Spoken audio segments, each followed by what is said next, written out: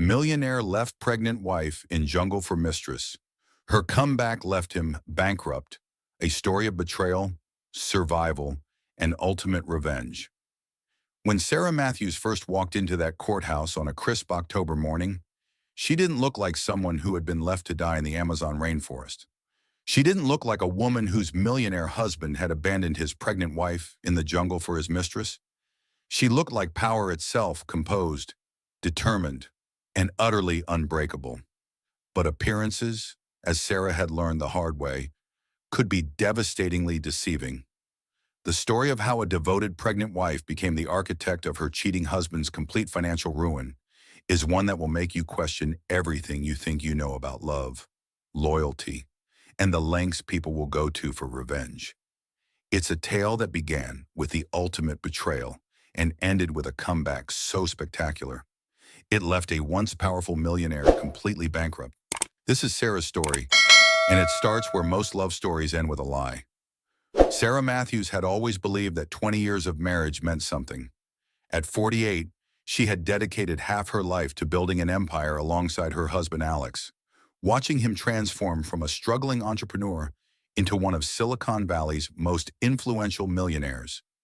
Their penthouse overlooking San Francisco Bay was a testament to their success: marble floors that gleamed like mirrors, floor-to-ceiling windows that framed the glittering city below, and art pieces worth more than most people's homes. But success, Sarah was about to learn, could be its own kind of prison. "Alex, I have something wonderful to tell you," Sarah whispered one evening in December, her hands trembling as she held the pregnancy test. After years of fertility treatments, countless disappointments, and doctors who had given them diminishing hope, the two pink lines felt like a miracle. Alex Matthews, at 52, still possessed the sharp jawline and commanding presence that had first attracted Sarah in graduate school. His steel gray hair was perfectly styled, his Italian suit immaculate. But when he looked up from his laptop, there was something in his dark eyes that Sarah couldn't quite read. "What is it, darling?" he asked, though his fingers never stopped typing. "We're having a baby," Sarah breathed, expecting joy, tears, celebration. Instead, Alex's face went completely blank. For a moment that stretched like eternity, he simply stared at her. Then, slowly, he closed his laptop and stood up, his 6-foot frame casting a shadow across their living room. "Are you certain?" His voice was carefully controlled, professional almost. "The doctor confirmed it this afternoon. Alex, after all these years of trying, we're finally—" That's wonderful news," he said, but his embrace felt mechanical, distant. "We'll need to be careful. Your age, the risks." Sarah pulled back, studying his face. "Alex, this is what we've wanted for decades. Why do you sound like you're discussing a business merger?" "I'm just processing it, that's all." He forced a smile that didn't reach his eyes. This changes everything. He was right about that, though not in the way Sarah hoped. What Sarah didn't know was that Alex had been living a double life for the past 18 months. While she was enduring hormone treatments and invasive procedures, desperately trying to give him the child they'd always dreamed of, Alex had been building a different kind of future with Lana Rodriguez, a stunning 34-year-old marketing executive with ambitions as sharp as her cheekbones. Lana had joined Alex's company, Matthews Tech Solutions, as a consultant, but she'd quickly become much more. She was everything Sarah no longer felt herself to be: young, hungry, unencumbered by the weight of years and failed expectations. Where Sarah spoke of stability and roots, Lana whispered of adventure and endless possibilities. "She doesn't understand you like I do," Lana would purr during their clandestine meetings in his downtown office. "She's holding you back from your true potential." Alex found himself agreeing more and more. At 52, he felt entitled to reclaim his youth, to shed the responsibilities that had accumulated like barnacles on a ship's hull. Sarah represented the past, their shared struggles, his mother's disapproval of their marriage, the years of financial uncertainty before his company took off. Lana represented the future: glamorous, uncomplicated, and blissfully free of expectations. The pregnancy announcement shattered his carefully constructed fantasy. A baby would cement his obligations to Sarah, would make their divorce infinitely more complicated and expensive. Worse, it would make him a father in his 50s, tired and old when his child needed him most. That night, as Sarah slept peacefully beside him, one hand protectively curved over her still flat stomach, Alex stared at the ceiling and began to plan. The next few weeks passed in a blur of doctor's appointments, prenatal vitamins, and cautious excitement. Sarah threw herself into preparing for motherhood with the same dedication she'd once brought to her career as a high school English teacher, a career she'd abandoned years ago to support Alex's business ventures. She researched cribs and car seats, read every pregnancy book she could find, and began converting the spare bedroom into a nursery. The room had previously served as Alex's home office overflow, filled with filing cabinets and extra computer equipment. Now Sarah envisioned it painted in soft yellows and greens, filled with toys and the sweet sounds of lullabies. "What do you think about this crib?" she asked one evening, showing Alex a catalog. "It converts into a toddler bed later. An investment piece."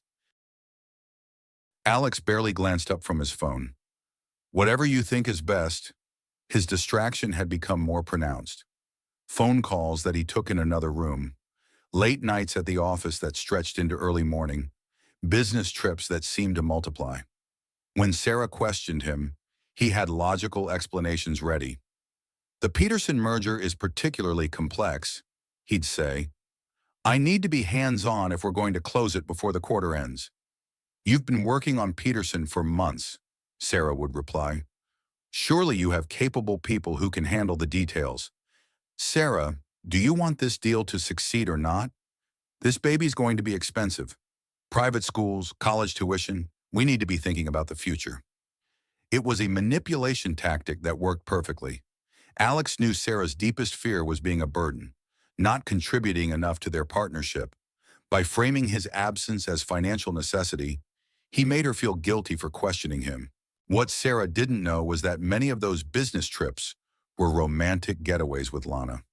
While Sarah was experiencing morning sickness and fatigue, Alex was rediscovering passion in luxury hotels across the country.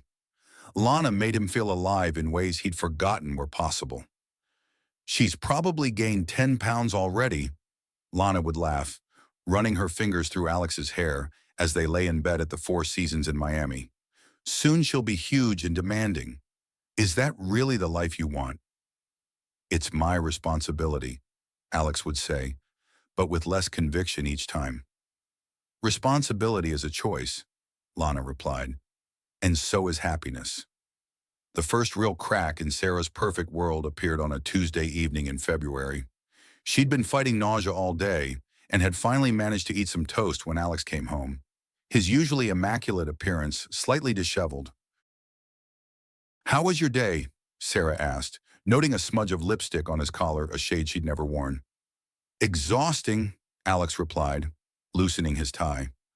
"The Mumbai team called at 6 a.m., then back-to-back meetings until now." Sarah's eyes lingered on the lipstick. "What kind of meetings?" "The usual. Strategy sessions. Budget reviews." He headed toward the stairs. "I need a shower." "Alex," Sarah's voice was quiet. "Whose lipstick is that?" He stopped mid-step, his hand gripping the banister.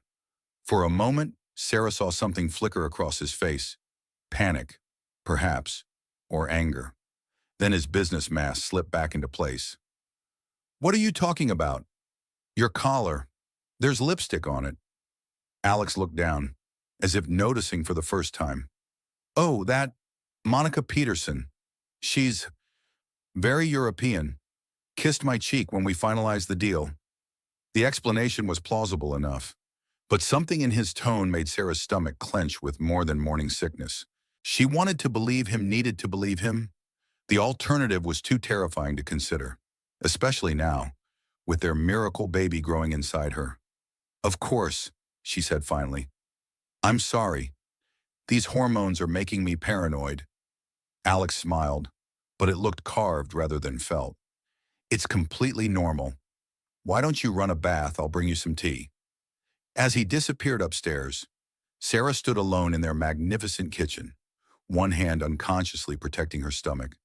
For the first time in 20 years of marriage, she felt like a stranger in her own home. That night, she lay awake listening to Alex's steady breathing, wondering when the man beside her had become someone she didn't recognize. Outside their bedroom window, San Francisco glittered like a jewelry box, beautiful and cold. Sarah couldn't have known that 3 floors below, in the parking garage, Alex was already researching remote locations for what he euphemistically called their baby moon, a romantic getaway to reconnect before the baby arrived. The Amazon rainforest, he discovered, offered exactly the kind of isolation he needed. By March, Sarah's pregnancy was showing. At 12 weeks, she had that telltale glow that comes with the second trimester, her body finally adjusting to its new reality. She'd started wearing flowing tops that emphasized her emerging bump, feeling more beautiful and feminine than she had in years. Alex, however, seemed to grow more distant with each passing day. "I've been thinking," Sarah said one morning over breakfast, "maybe it's time I got back into teaching. Part-time, maybe. I've been out of the workforce for so long, and once the baby comes—" "Absolutely not," Alex interrupted, his voice sharp. "You're having a high-risk pregnancy at 48. The last thing you need is the stress of dealing with teenagers." "It's not high risk," Sarah protested. "Dr. Chen said everything looks perfect." "Doctor, Chen is being optimistic. Statistics don't lie." "Sarah, women your age face significant complications, chromosomal abnormalities, gestational diabetes, preeclampsia." "Alex, stop." Sarah's voice was firm. "You're scaring me unnecessarily." "I'm being realistic." He softened his tone. "Look, I just want what's best for you and the baby. Let me take care of everything. That's what I'm here for." What Sarah interpreted as protection, Alex intended as isolation. The more dependent she became on him, the easier his eventual plan would be to execute. He needed her completely reliant on his resources, his decisions, his version of reality. The plan had crystallized during a weekend with Lena in Napa Valley. They'd been staying at an exclusive resort, far from any possibility of discovery, when Lana had posed the question that changed everything. "What if she just disappeared?" Lana had said, tracing patterns on Alex's chest as they lay by the private pool. "What do you mean?" "I mean, what if there was an accident, something tragic but believable? Then you'd be free to start over, and we could be together without all this sneaking around." Alex had been quiet for a long time, watching the sun set over the vineyards. The idea was monstrous, unthinkable. But as the weeks passed and Sarah's pregnancy progressed, it began to seem less like madness and more like possibility. He couldn't divorce her now, not while she was pregnant with his child. The optics would be devastating, both personally and professionally. His mother would never forgive him, his business partners would question his character, and the financial settlement would be astronomical. But if Sarah were to have an accident in a remote location, far from home and help, if she were to simply vanish while they were supposedly enjoying a romantic getaway, well, these things happened. People got lost in the wilderness all the time. Sometimes they were never found. "I want to plan something special for us," Alex announced one evening in April, as Sarah was folding tiny baby clothes she'd begun purchasing. "A baby moon? One last adventure before we become parents." Sarah looked up, surprised and pleased. It had been months since Alex had suggested anything romantic. "Really, where were you thinking?" "Somewhere exotic, unforgettable." His smile was warm, convincing. "I was researching eco-lodges in Costa Rica. Beautiful, secluded, perfect for reconnecting." "That sounds amazing," Sarah breathed. "When?" "Next month. I'll handle all the arrangements." What Alex actually booked was far more remote than Costa Rica. The eco-lodge he selected was deep in the Peruvian Amazon, accessible only by boat and known for its commitment to leaving no technological footprint. No cell service, no internet, no way to call for help if something went wrong. It was perfect. As April melted into May, Alex's behavior became almost manic in its attentiveness. He brought Sarah flowers, planned romantic dinners, spoke enthusiastically about their upcoming trip. To anyone watching, he seemed like a devoted husband eagerly anticipating fatherhood. Sarah, starved for affection after months of distance, embraced this renewed attention. She attributed his earlier coldness to work stress and the shock of unexpected parenthood. Now, finally, they were acting like the couple she remembered being. "I can't wait to show you this place," Alex said, pulling up photos on his laptop. The Eco Lodge looked like paradise thatched roof bungalows perched over crystal clear water, lush jungle canopy stretching to the horizon, hammocks strung between towering trees. "It looks like something from a movie," Sarah marveled. "Are you sure it's safe for the baby? The air is pristine, the food is organic, and we'll have complete privacy," Alex assured her. "Dr. Chen said travel is fine until the third trimester. This is our last chance for adventure before we become parents." Sarah's hand moved instinctively to her growing belly. At 16 weeks, the baby was the size of an avocado, its tiny heart beating strong and steady.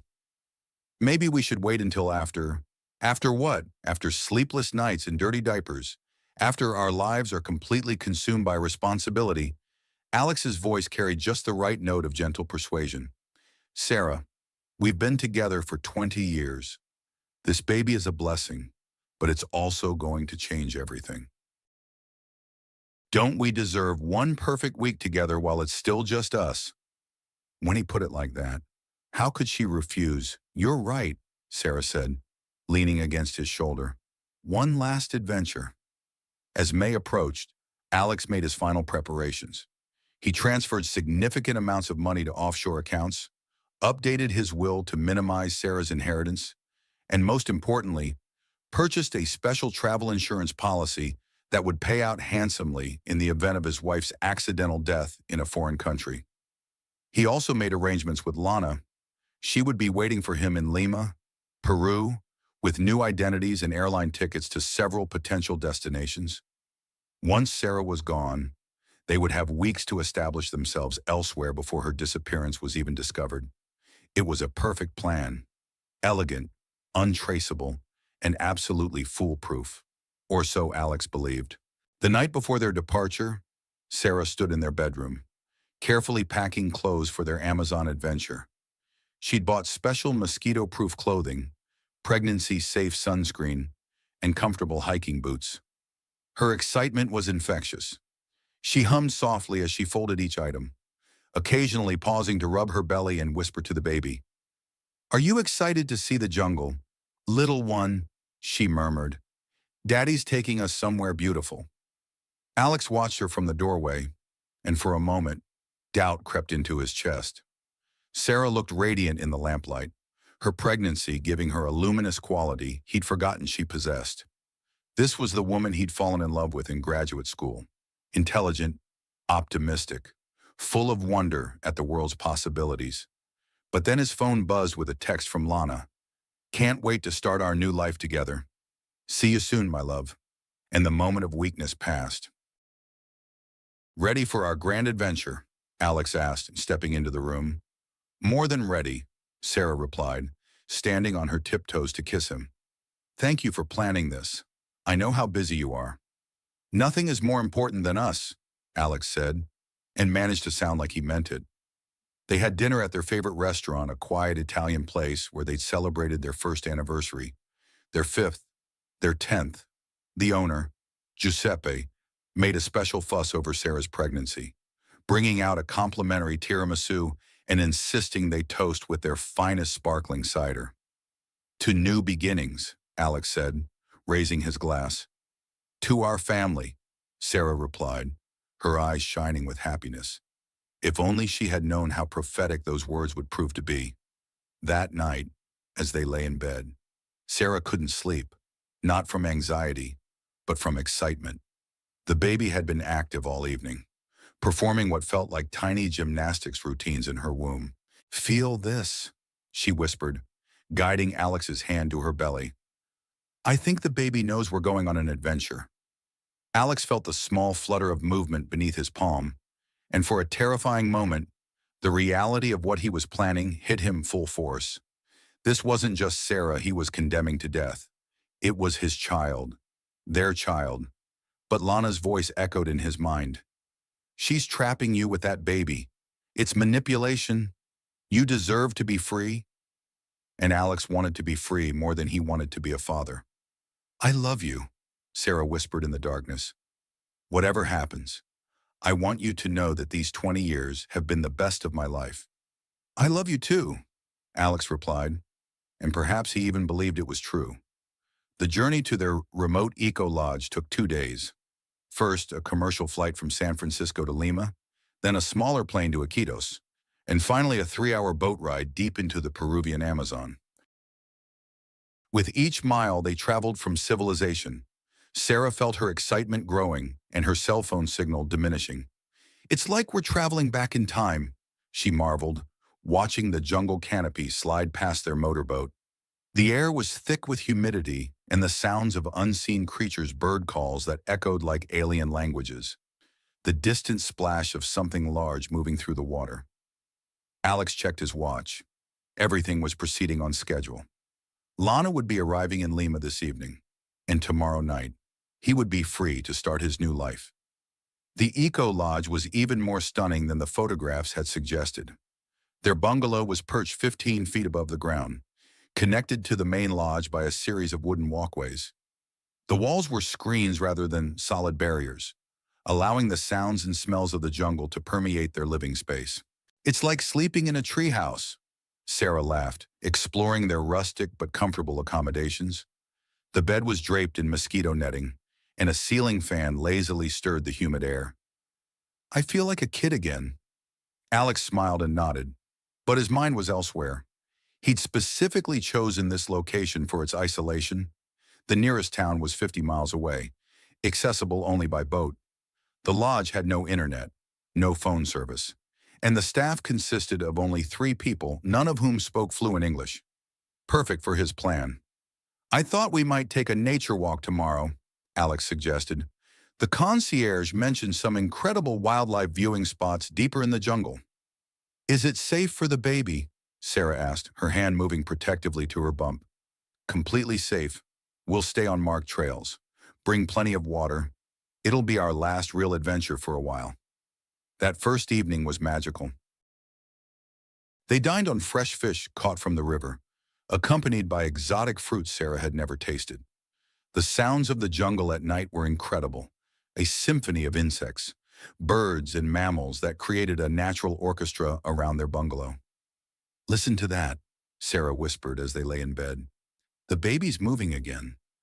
I think all these new sounds are exciting." Alex felt the now familiar flutter under his palm. Tomorrow, he told himself. Tomorrow this would all be over, and he would never have to think about responsibilities or diapers or school tuition again. But first, he had to make sure Sarah wouldn't be found. This begins the sequence of 3 consecutive catastrophic events that will shatter Sarah's world. The next morning dawned gray and oppressive, with heavy clouds promising afternoon rain. Alex woke early, his stomach churning with a mixture of anticipation and dread. Today was the day he would become a widower. "I've arranged that nature walk," he told Sarah over breakfast. "The guide says there's an incredible waterfall about 2 miles into the jungle. We might see jaguars." Sarah was vibrant with excitement, wearing the khaki maternity pants and long-sleeve shirt she'd bought specifically for this trip. At 18 weeks pregnant, her bump was unmistakably visible now, and she'd taken to speaking to the baby throughout the day. "Did you hear that, little one? We might see a jaguar. Can you imagine the stories I'll have to tell you when you're born?" The guide Alex had hired was actually a local man. He'd bribed heavily to take them deep into the jungle and then disappear. The man understood enough English to know that Alex wanted his wife lost, but not enough to comprehend the full horror of what he was agreeing to. They set out after breakfast, following a narrow trail that quickly disappeared into the dense vegetation. The jungle was alive around them, brilliant butterflies the size of dinner plates, monkeys chattering in the canopy above, exotic birds with plumage like living jewels. "This is incredible," Sarah breathed, stopping frequently to marvel at some new sight. "I'm so glad we did this." Alex smiled and nodded, but his palms were sweating. The plan was simple. They would reach a clearing about 2 miles from the lodge, where the guide would claim to have forgotten something important. Alex would offer to go back with him, leaving Sarah to rest in the shade. They would simply never return. By the time anyone realized Sarah was missing, she would be too deep in the jungle to find her way back. The combination of pregnancy, dehydration, and the inevitable panic would ensure she didn't survive long enough to be rescued. It was murder, but murder made to look like a tragic accident. The clearing appeared just as Alex had been promised, a small open space where an ancient tree had fallen, creating a natural bench where Sarah could rest. She was breathing heavily from the walk, her face flushed with heat and exertion. "Let me get you some water," Alex said, helping her sit down. He handed her their bottle, watching as she drank gratefully. "I think I overdid it a little," Sarah admitted. "The baby's making me tire more easily than I expected." "Just rest," Alex soothed. "We have all the time in the world." The guide appeared right on schedule, speaking rapidly in Spanish to Alex. According to their prearranged plan, he was explaining that he'd forgotten his machete back at the lodge, essential equipment for cutting through the vegetation on their return journey. "What's he saying?" Sarah asked. "He left some equipment at the lodge," Alex replied smoothly. "Important safety gear. We need to go back and get it." "Oh," Sarah looked around the peaceful clearing. "Should I come with you?" "No need. You stay here and rest. We'll be back in an hour, and then we can continue to the waterfall." Alex leaned down and kissed her forehead, a gesture that felt like the ultimate betrayal. "I love you," he said. "I love you too. Hurry back, I want to see that waterfall." Those were the last words Alex would ever hear from his wife. As he and the guide disappeared into the green maze of vegetation, Sarah settled back against the fallen log and rubbed her belly contentedly. The baby was active, and she could swear it was responding to the new environment. "Just you and me for a little while." "Sweet pea," she murmured. "Daddy will be back soon, and then we'll see more amazing things." The first hour passed peacefully. Sarah dozed in the dappled sunlight, lulled by the sounds of the jungle and the gentle movements of her baby.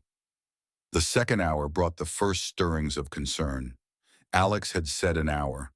Where was he by the third hour? Concern had turned to worry. Sarah called out, her voice quickly swallowed by the dense vegetation. She tried to remember which direction they'd come from, but all the paths looked identical walls of green that seemed to shift and change when she wasn't looking directly at them. "Alex," she called, louder now.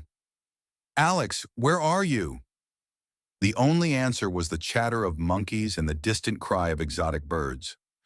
As the fourth hour passed, worry became fear. Sarah realized she was completely alone in the Amazon rainforest, pregnant and with no survival skills whatsoever. The water was running low. She had no food, and night would be falling soon. That's when the real terror began. "Help!" she screamed, her voice cracking with desperation. "Someone help me, I'm lost." But there was no one to hear her except the creatures of the jungle, and they had no interest in helping a stranded human.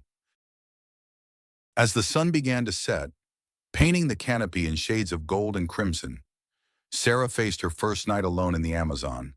She was a 48-year-old pregnant woman with no wilderness experience, no survival training, and no way to call for help. Alex, meanwhile, was already on a boat back to civilization, telling anyone who would listen that his pregnant wife had been snatched by a jaguar while he was gathering firewood. By morning, he would be in Lima, tears streaming down his face as he reported the tragedy to local authorities and demanded search parties. But Sarah wouldn't be found. At least, that was the plan. The second catastrophic event in the sequence? The first night was the longest of Sarah's life. She'd found a relatively sheltered spot beneath a massive cecropia tree, using fallen branches and broad leaves to create a makeshift shelter. Every sound in the darkness sent adrenaline shooting through her system, the distant roar of a howler monkey, the splash of something large in a nearby stream, the rustle of creatures moving through the undergrowth. "It's okay, baby," she whispered, one hand protectively curved over her belly. "Daddy will find us. He's probably organizing a search party right now." But as dawn broke through the canopy, bringing no rescue, Sarah began to understand the truth. She was truly alone, and if she was going to survive, she would have to save herself. The water was the first priority. Her bottle was nearly empty, and dehydration would kill her and the baby within days. Following the sound of running water, she found a small stream that seemed clean enough to drink from. She'd read somewhere that pregnant women should avoid untreated water, but dying of thirst seemed like a more immediate concern than waterborne parasites. Food was harder. The jungle was full of fruits and plants, but Sarah had no idea which ones were safe to eat. She'd seen the lodge staff preparing meals with various jungle produce, but she couldn't distinguish between edible and poisonous. For now, she would have to rely on her body's reserves and hope rescue came soon. The second day brought new horrors. The insects were relentless mosquitoes that seemed immune to her repellent, tiny gnats that bit her exposed skin, and ants that covered everything in moving rivers of black.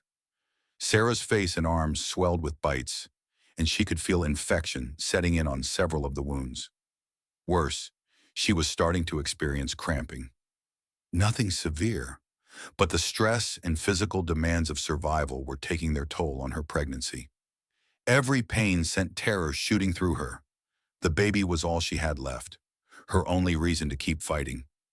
On the third day, Sarah heard the sound of engines in the distance. Her heart leaped with hope as she stumbled toward the noise, calling out with what little voice she had left, "Here, I'm here! Help me!" But the sounds grew fainter and disappeared. It might have been boats on a distant river, or aircraft searching for someone else entirely.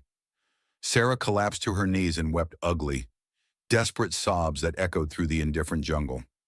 That's when she saw them, an indigenous family walking along a barely visible trail, moving through the forest with the quiet confidence of people who belong there. Sarah had never been so happy to see another human being in her life. "Please," she gasped in English, then tried Spanish. "Por favor, ayuda." The family stopped a man, woman, and two young children who stared at this disheveled, pregnant stranger with a mixture of concern and wariness. Sarah must have looked like something from a nightmare mud-stained clothes, hair matted with leaves and insects, face swollen from bites and dehydration. The woman stepped forward first, her maternal instincts overriding caution. She could see that Sarah was pregnant and in distress. Speaking in rapid Spanish mixed with what Sarah later learned was Shipibo, she guided Sarah to sit down while her husband examined the pregnant stranger. These people, Sarah would later discover, were from a small community that lived deep in the forest, surviving as their ancestors had for generations. They had no contact with the modern world, no understanding of eco-lodges or missing person reports. To them, Sarah was simply a woman in need of help. They fed her fish broth and safe jungle fruits, treated her infected insect bites with traditional remedies, and made her understand through gestures that she should rest. The children stared at her with wide, curious eyes, fascinated by her strange clothes and pale skin. For 3 days, Sarah recovered with this family, slowly regaining her strength. The woman, who seemed to be the matriarch, frequently touched Sarah's belly and spoke to her in soothing tones, even without sharing a language. The universal experience of motherhood created a bond between them. But Sarah knew she couldn't stay. She needed to get back to civilization, to find out what had happened to Alex, to get proper medical care for her baby. Through a combination of gestures, broken Spanish, and drawing in the dirt, she managed to communicate that she needed to reach the nearest town. The family debated among themselves for hours before the man finally nodded. He would guide her to a river trading post where she might find transportation back to the modern world. The journey took 2 more days of walking through terrain that would have been impossible for Sarah to navigate alone. When they finally reached the trading post, little more than a few wooden buildings on stilts beside a muddy river, Sarah felt like she was returning from another planet. The trader, a grizzled man who spoke broken English, was amazed by her story. A pregnant gringa, lost in the jungle for a week, found by the forest people. It was the kind of tale that would be told for years. But when he radioed ahead to Iquitos to arrange transportation, the news he received made Sarah's blood run cold. Her husband had reported her dead. The boat ride back to Iquitos gave Sarah time to process the devastating news. According to the radio report, Alex had told authorities that his pregnant wife had been attacked by a jaguar while they were exploring the jungle. He'd searched frantically for hours before being forced to return to the lodge for help. By the time rescue teams arrived, they found torn clothing and blood, but no body. Alex had played the part of the grieving husband perfectly. The lodge staff confirmed his story. He'd returned alone, covered in scratches from pushing through the undergrowth, demanding they organize search parties immediately. He'd refused to leave until every possible area had been explored. "My wife is pregnant," he told the authorities, tears streaming down his face. "Please, you have to find her. The baby, our baby." The search had lasted 3 days before being called off. The Amazon was vast and unforgiving. People disappeared all the time, and pregnant women were particularly vulnerable to the jungle's dangers. The official conclusion was that Sarah Matthews had been killed and partially consumed by wildlife, her remains scattered throughout the rainforest. Alex had flown her body home in an empty casket, holding a memorial service that made international news. The tech community rallied around the grieving widower who had lost his pregnant wife to a tragic accident. Donations poured in for a wildlife conservation fund established in Sarah's memory. It was a masterful performance. Now, as Sarah sat in the bow of a rickety riverboat, wearing borrowed clothes and still weak from her ordeal, she tried to understand what had really happened. The more she thought about it, the clearer it became. Alex had left her in that clearing deliberately. The forgotten equipment, the need to return to the lodge, it had all been planned. Her husband of 20 years, the father of her unborn child, had tried to murder her. The realization hit her like a physical blow. Sarah doubled over, gasping for air as the full scope of Alex's betrayal sank in. This wasn't a crime of passion or a moment of madness. This had been calculated, methodical. He'd planned every detail, from the remote location to the story he would tell authorities. But why? What could possibly motivate such evil? The answer came in a phone call she overheard when they reached Iquitos. The boat captain was speaking to someone in heavily accented English, mentioning the dead American woman who had miraculously returned from the jungle. On the other end of the line, a voice Sarah didn't recognize was asking urgent questions. "Are you certain it's her, the pregnant one who was supposed to be dead? Say, is her very pregnant, very alive, what you want me to do?" There was a long pause. "Nothing? Say nothing. If anyone asks, she was never here." Sarah's blood turned to ice. Someone in civilization knew about her survival and wanted to keep it secret. Someone who had a vested interest in keeping her dead.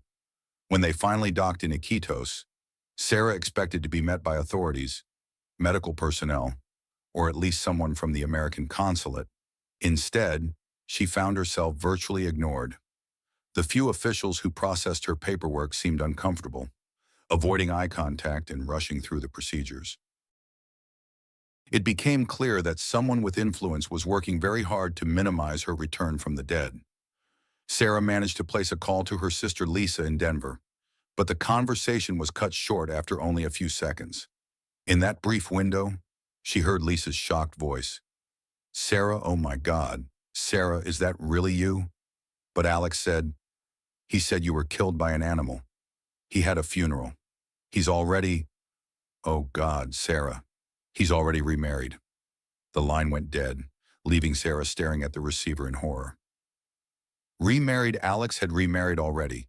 How was that even possible? She'd only been missing for 2 weeks. The truth was even worse than she could have imagined. Through a combination of determination and the help of sympathetic locals, Sarah managed to piece together what had happened during her death. The picture that emerged was so horrifying, so utterly calculated, that she could barely process it. Alex hadn't just planned her murder, he'd planned his entire new life. Within hours of reporting Sarah's death, Alex had flown to Lima, where Lana was waiting with forged documents and plane tickets. They'd traveled to Las Vegas, where they'd been married in a quickie ceremony just 48 hours after Sarah was declared dead. The speed was shocking, but legally permissible. Since no body had been found, Alex couldn't be declared a widower in the traditional sense. But the Peruvian authorities' official report of death by wildlife attack was sufficient documentation for American officials.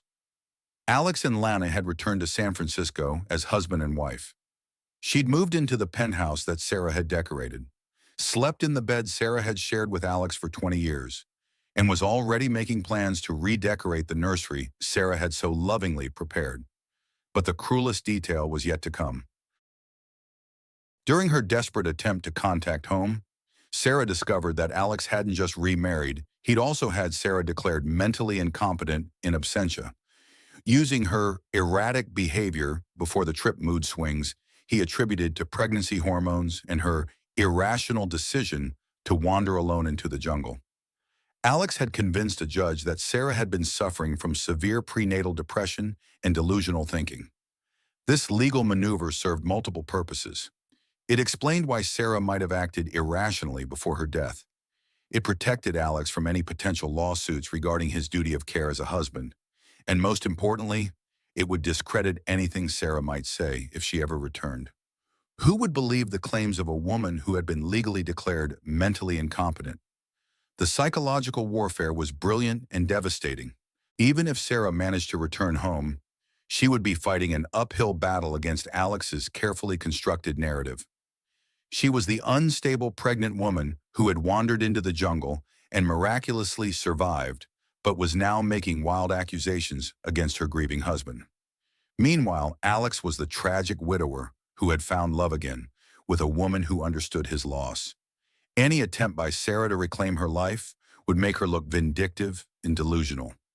Standing in a grimy internet cafe in Iquitos, looking at photos of Alex and Lana's wedding online, Sarah felt something break inside her chest. The images showed Alex in a tailored tuxedo, Lana in a white dress that probably cost more than most people's cars, both of them radiant with happiness. In one photo, Lana's hand rested on her stomach, and Sarah could see the small but unmistakable curve of early pregnancy. Alex hadn't just replaced Sarah, he'd replaced her baby too. That night, in a cheap hotel room that smelled of mildew and insecticide, Sarah experienced what she would later recognize as her first complete emotional breakdown. The betrayal was so massive, so thoroughly planned, that her mind simply couldn't process it all at once.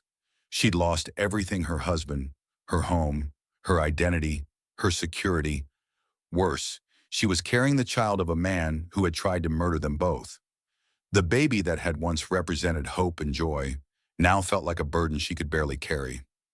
For the first time since her ordeal began, Sarah considered giving up. She could disappear into the Amazon permanently, live with the indigenous family who had saved her, raise her child in anonymity far from Alex's reach. It would be a simple life, but a safe one. But as she lay in the darkness, feeling her baby move restlessly in her womb, Sarah made a different choice. Alex thought he had destroyed her. He thought she was just another victim of his ambition, another obstacle he had cleverly eliminated. He was about to learn how wrong he was.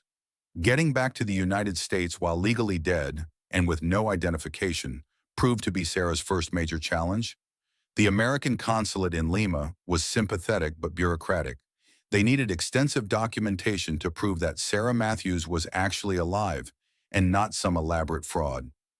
The process took 3 agonizing weeks, during which Sarah lived in a succession of cheap hotels, carefully rationing her limited funds and trying to maintain her health for the baby's sake. The stress was enormous, but she'd survived the Amazon rainforest. She could survive anything.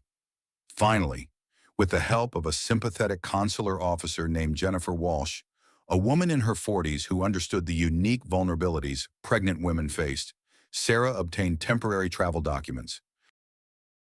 Jennifer had seen enough domestic violence cases to recognize the signs, and something about Sarah's story rang with authentic terror. "I can't give you legal advice," Jennifer said quietly as she processed Sarah's paperwork, "but I can tell you that if someone wanted you dead badly enough to strand you in the Amazon, they're not going to welcome your return. Be careful." The flight to San Francisco was a journey through time and space. Sarah was returning to a world where she no longer existed, where her husband was married to another woman, where her home belonged to someone else. But she was also returning with something Alex couldn't have anticipated: absolute clarity about his true nature and unlimited motivation for revenge.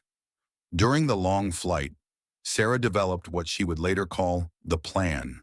She couldn't simply walk back into her old life. Alex had made sure that was impossible. Instead, she would have to build a new life with the specific purpose of destroying his. Phase 1 would be establishing her legal existence and gathering evidence of Alex's crimes. Phase 2 would be finding allies and building resources.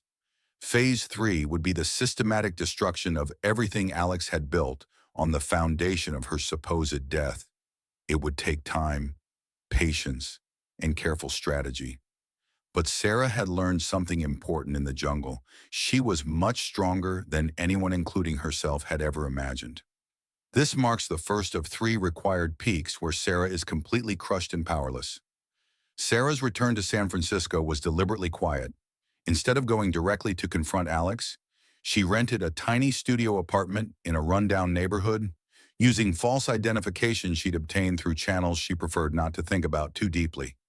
She needed time to observe, to understand exactly what she was up against. What she discovered was devastating beyond her worst fears. From her anonymous vantage point, Sarah watched as Alex and Lana lived her life. They drove her car, entertained guests in her living room, slept in her bed. Lana had redecorated extensively, erasing every trace of Sarah's 20-year presence in that house. Even worse, the nursery Sarah had so lovingly prepared had been transformed into an elegant office space, as if the baby she was carrying had never been planned or wanted. Alex looked happier than Sarah had seen him in years. He was animated, affectionate with Lana, and completely at ease in his role as a man who had tragically lost his first wife, but found love again. At business functions and social gatherings, he told the story of Sarah's death with just the right amount of grief, enough to seem appropriately affected, but not so much as to dampen the celebration of his new marriage. But it was Lana who proved to be the most formidable opponent Sarah had never anticipated. Lana Rodriguez Matthews wasn't just beautiful, she was brilliant. Sarah discovered that Alex's new wife had an MBA from Wharton, spoke 4 languages, and had already begun modernizing Alex's business operations with ruthless efficiency. She was everything Sarah had never been: young, sophisticated, politically connected, and absolutely without conscience. More disturbing still, Lana was clearly the dominant partner in the relationship. Sarah watched from across the street as they argued on their balcony, and it was obvious that Lana was giving the orders. Alex, the man who had seemed so controlling and manipulative during their marriage, appeared almost submissive in the face of his new wife's stronger personality. Sarah realized she hadn't just been eliminated by her husband. She'd been eliminated by a master strategist who made Alex look like an amateur. The first time Sarah tried to approach her old life, the results were catastrophic. She began by visiting her former neighbor, Margaret Chen, an elderly woman who had been her closest friend for over a decade. Margaret had always been sharp as a tack, and Sarah was confident she would recognize her immediately. "Margaret, it's me," Sarah said when the woman answered her door. "It's Sarah." Margaret's face went white, then hardened with anger. "I don't know what kind of sick joke this is, but Sarah Matthews is dead. I attended her funeral. How dare you try to impersonate her?" "Margaret, please look at me carefully. It's really me. I survived. Alex left me in the jungle, but I survived." "You're delusional," Margaret snapped. "I'm calling the police." Sarah tried to convince her, mentioning shared memories, private conversations, details that only Sarah could know. But Margaret remained convinced this was either an elaborate scam or the delusions of a mentally ill woman who had become obsessed with Sarah's story. The confrontation ended with Margaret screaming at Sarah to leave, or she would call not just the police, but Alex himself to deal with this horrible impersonation. Sarah's second attempt was even more devastating. She tried to contact her sister Lisa directly, calling her home number in Denver, but Lisa's response was swift and brutal. "I don't know who you are or what you want," Lisa said, her voice shaking with emotion, "but my sister is dead. Alex showed me pictures from the rescue scene. There was blood, torn clothing. We had DNA evidence. Sarah is gone, and trying to pretend to be her is disgusting. Lisa, it's me. Remember when we were 8 and you broke Mom's favorite vase? You blamed it on the cat, but I saw you do it. I never told." There was a long pause. Anyone could know that story. Sarah might have told people, "You're sick, whoever you are." The line went dead, but the worst blow came when Sarah tried to access her own bank accounts. Not only had they been closed and transferred to Alex as her widower, but the bank's security system flagged her attempt as potential fraud. Within hours, Sarah found herself detained by police on suspicion of identity theft. "Ma'am, Sarah Matthews died in Peru 6 weeks ago," the detective explained patiently. "There's extensive documentation. Now, who are you really, and why are you trying to steal a dead woman's identity?" They held her for 3 days before releasing her with a warning. During those 3 days, Sarah learned that Alex had been notified of the imposter trying to access his late wife's accounts. His response had been swift and decisive. He'd hired a private security firm to investigate what he called this cruel attempt to traumatize our family during our time of grief. Sarah was now being actively hunted by professional investigators who believed she was a criminal. That night, sitting in her cramped studio apartment, Sarah faced the full scope of her powerlessness. She was legally dead, financially destroyed, and isolated from everyone she'd ever known. Her own sister thought she was a fraud. Her closest friends wouldn't recognize her. And Alex, the man who had tried to murder her, was using the full weight of his resources to ensure she remained erased. For the first time since escaping the jungle, Sarah contemplated suicide. The baby moved inside her, and she wondered if it would be kinder to end both their suffering now, rather than bring a child into this nightmare. She was utterly broken, completely powerless, and more alone than she had ever been in the Amazon rainforest. But then, in her darkest moment, Sarah remembered something the Shipibo woman who had saved her had communicated through gestures. Even the smallest seed could grow into the mightiest tree. Given enough time and the right conditions, Sarah had survived the jungle. She would survive this too, but first, she would need help. Beginning the first false sense of security before a devastating twist, help came from an unexpected source: Detective Ray Morrison, a weathered San Francisco police veteran who had been assigned to investigate the Sarah Matthews impersonation case. Morrison was 56 years old, divorced, and had developed a healthy skepticism about wealthy men who seemed too good to be true. Something about Alex's story had never sat right with Morrison. The timeline was suspicious. Who recovered from the trauma of losing a pregnant wife quickly enough to remarry within a month. The story was too neat, too convenient, and Alex's behavior during questioning had triggered Morrison's instincts about guilty suspects who were too eager to appear helpful. When Morrison first interviewed the woman claiming to be Sarah Matthews, he expected to find an obvious fraud. Instead, he found a pregnant woman whose detailed knowledge of Sarah's life was extraordinary and whose emotional responses seemed genuine. "Tell me about the first time you met Alex," Morrison said during their third interview. "Graduate school at Berkeley. He was in the business program. I was getting my teaching credential.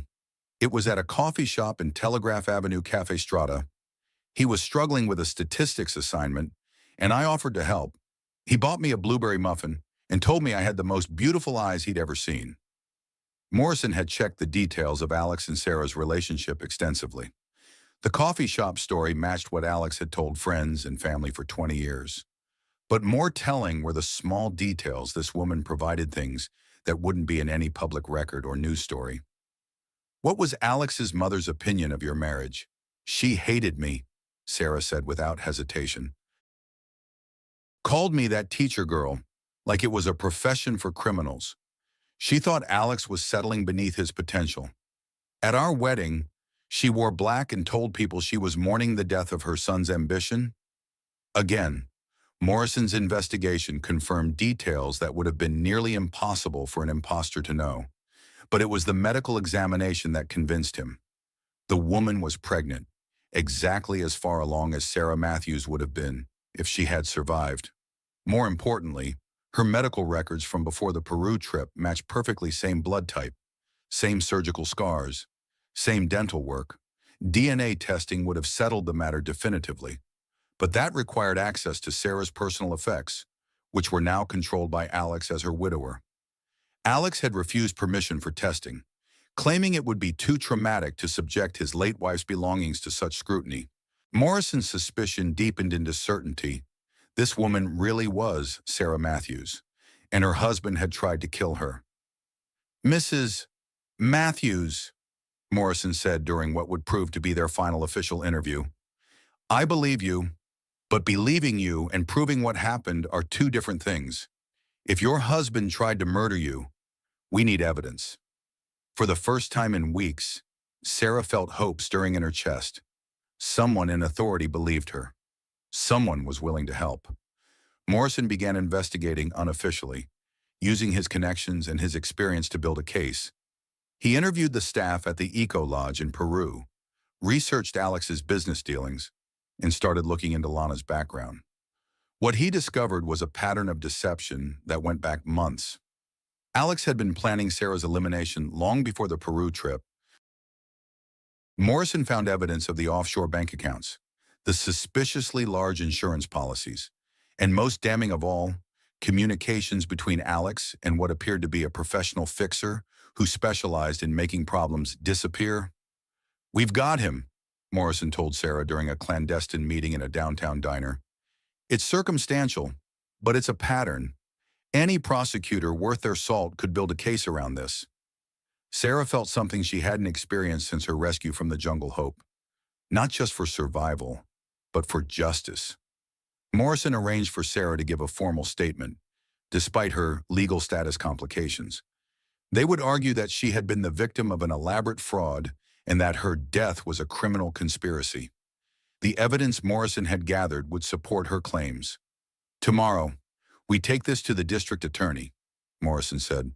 "By next week, Alex Matthews will be under arrest for attempted murder and fraud." That night, Sarah slept better than she had since returning to San Francisco. Finally, someone in authority was taking her seriously. Finally, Alex would face consequences for his actions. She should have known it was too good to be true. The next morning, Sarah arrived at the police station for her appointment with Morrison, only to be met by two internal affairs investigators and a supervisor she'd never seen before. "Ma'am, Detective Morrison is no longer working on your case," the supervisor explained. "In fact, Detective Morrison is no longer working for this department." Sarah's blood turned to ice. "What do you mean?" "Detective Morrison has been placed on administrative leave pending an investigation into misconduct. It appears he was conducting an unauthorized investigation and may have been taking bribes to fabricate evidence."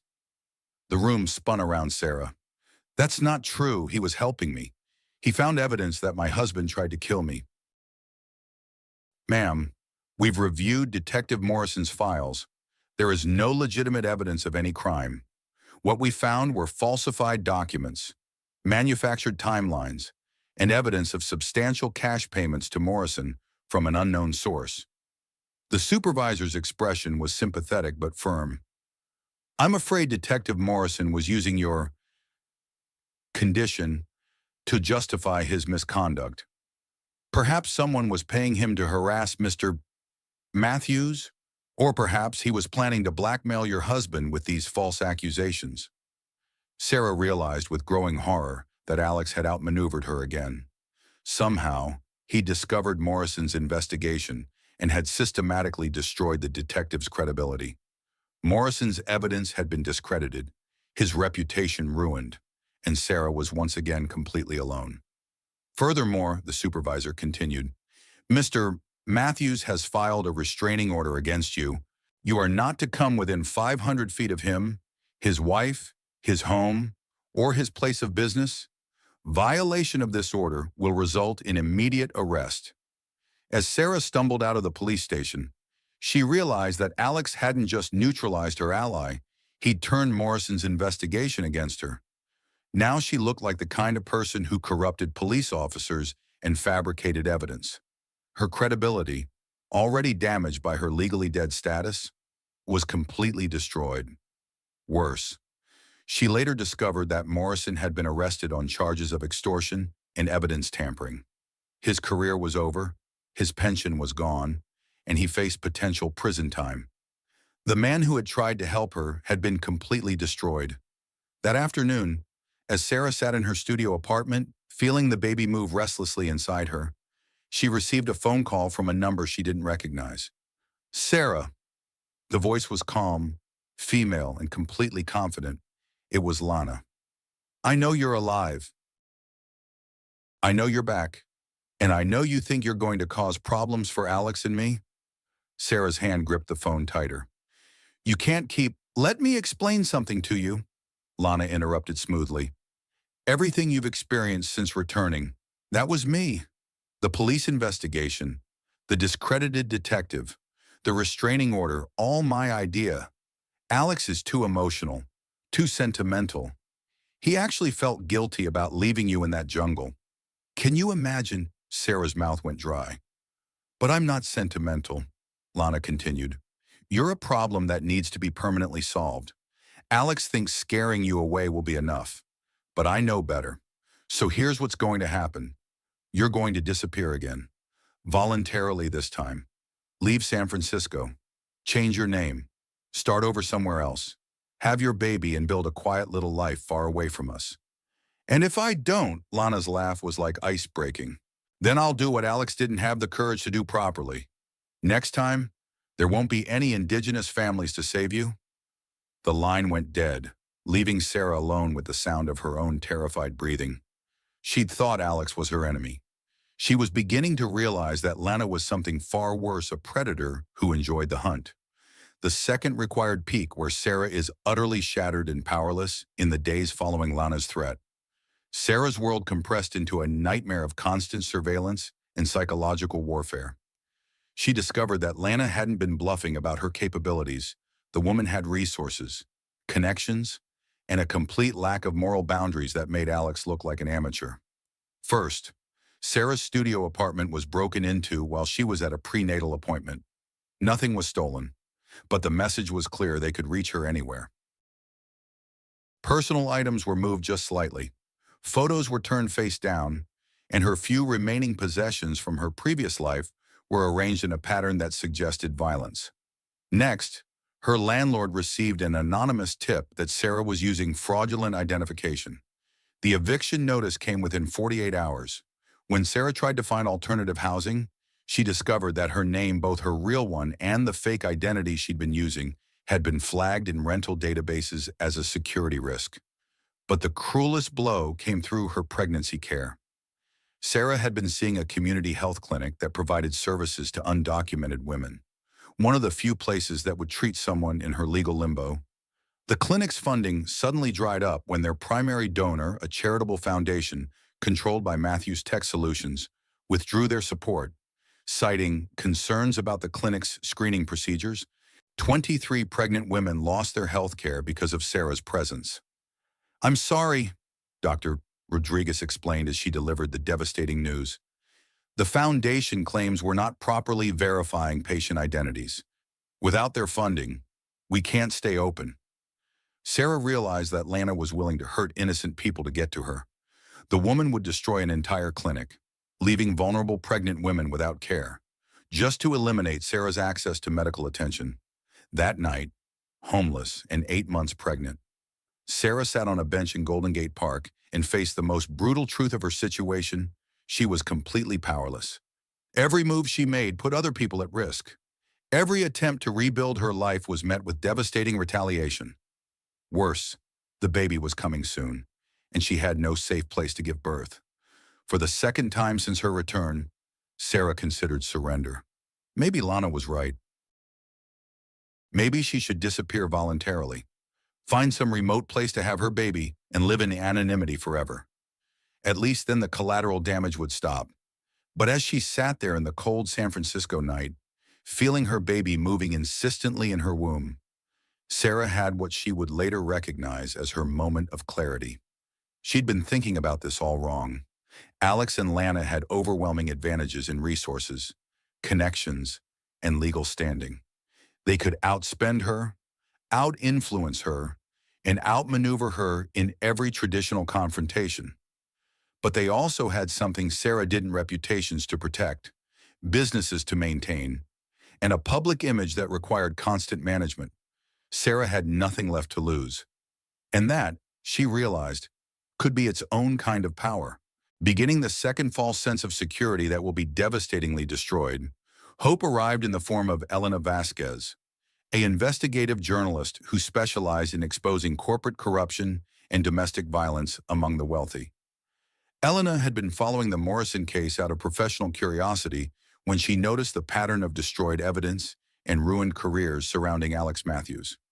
"Something about this whole thing stinks," Elena told Sarah when they first met in a coffee shop in Oakland. "Rich man's pregnant wife dies in a convenient accident. He remarries immediately. And then when someone starts investigating, a veteran cop suddenly becomes corrupt. That's not how the world works." Elena was 42, tough as nails, and had built her career by taking on powerful men who thought they were untouchable. She'd exposed senators, Fortune 500 CEOs, and federal judges. Alex Matthews would be just another predator who needed to be brought down. "I can't pay you," Sarah said honestly. "I have nothing." "That's okay," Elena replied. "If I'm right about this, the story will pay for itself. And if I'm wrong, well, I've been wrong before." Elena's investigation was methodical and professional. Unlike Morrison, who had been limited by police procedures and jurisdictional boundaries, Elena could go anywhere and ask any questions.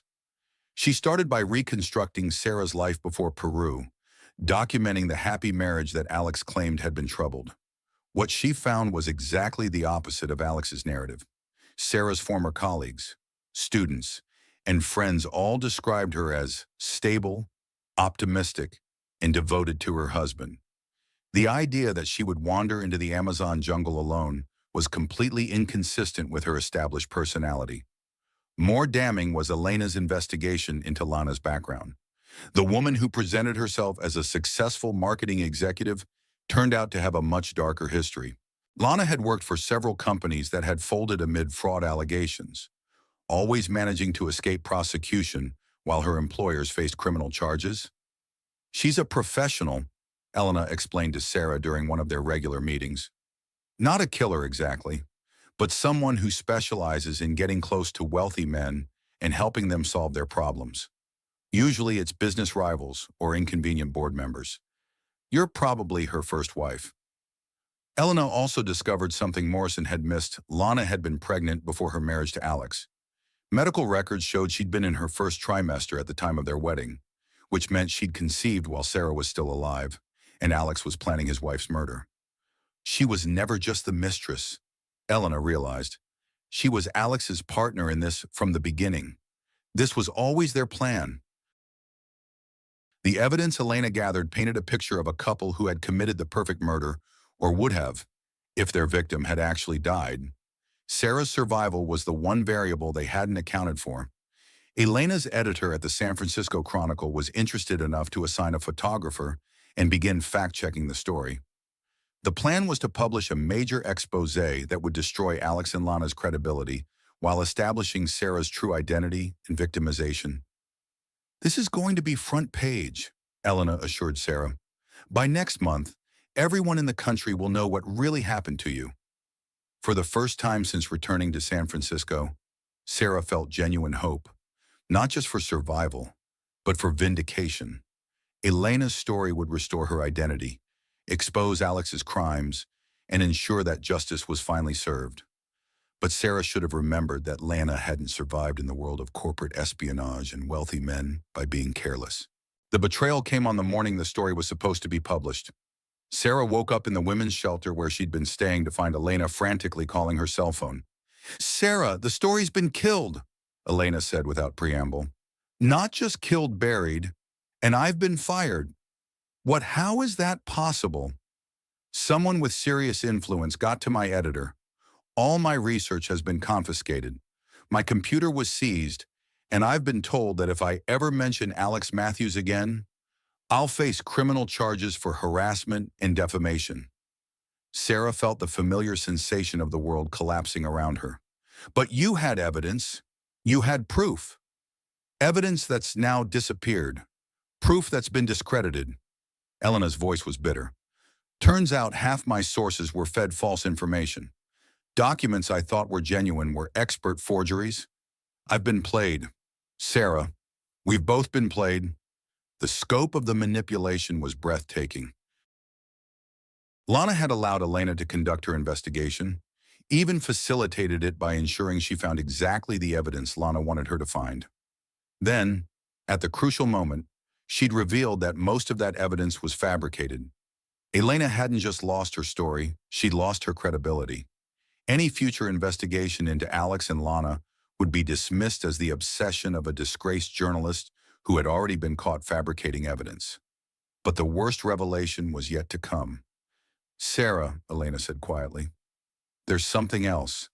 The shelter where you're staying, it's funded by a foundation that Lana controls through shell companies. She's been monitoring your every move for weeks." Sarah's blood turned to ice. "What are you saying?" "I'm saying this whole thing might have been a setup from the beginning. My investigation, our meetings, the story, all of it might have been orchestrated to flush out any real evidence and destroy anyone who might help you."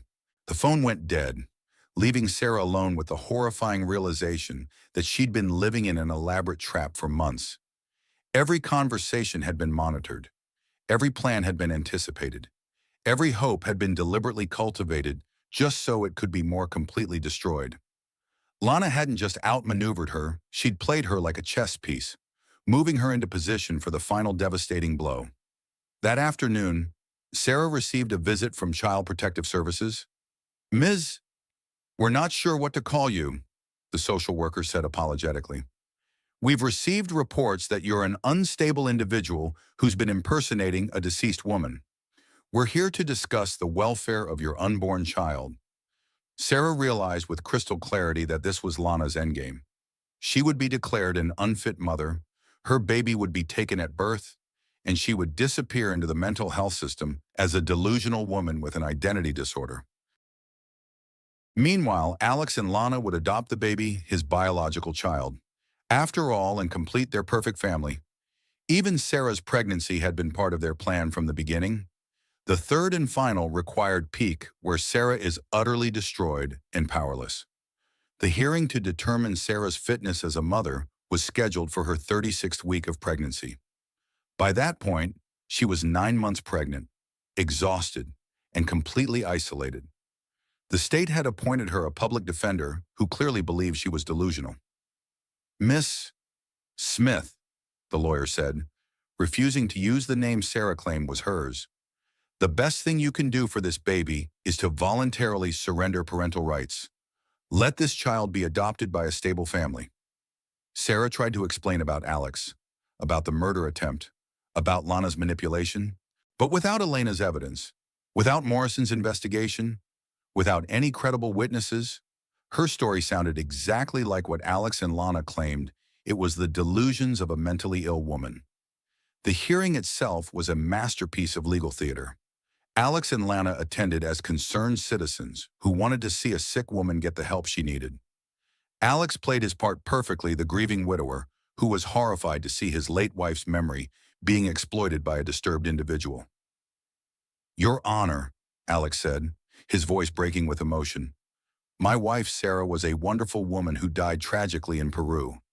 To see someone impersonating her, using her death to justify these wild accusations, it's heartbreaking." Lana was even better. She testified about the harassment they'd endured, the fabricated evidence, and the obvious signs of severe mental illness exhibited by the woman claiming to be Sarah Matthews. "We just want this poor woman to get the psychiatric help she needs," Lana said, dabbing at her eyes with a tissue.